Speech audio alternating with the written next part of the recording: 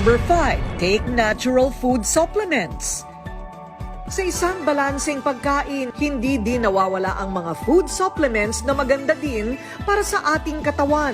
Tulad ng sikat na organic barley. Ang gulay na ito pampalakas ng immune system.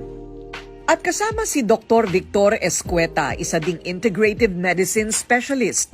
Ipinaliwanag niya ang kahalagahan ng barley sa katawan. Paano nakakatulong ang barley? Sagana rin po ito sa mga antioxidants, sagana rin po ito sa chlorophyll, sagana po ito sa mga iba pang sangkap na kailangan ng katawan sa kanilang sa mga proseso na nangyayari sa katawan.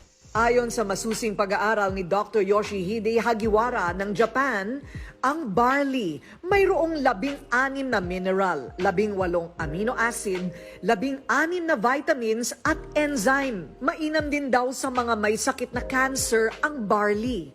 Nakakatanggal din daw ito ng goiter. Gaya ni Asep Madridano na natanggal ang goiter at mga bukol sa liig tulong ng organic barley.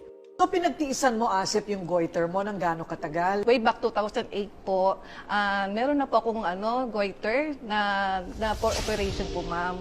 Ang sabi sa akin, bukod sa bukol sa gitna ng leeg ko, meron pa po akong kaliwa o kanan na maliliit po.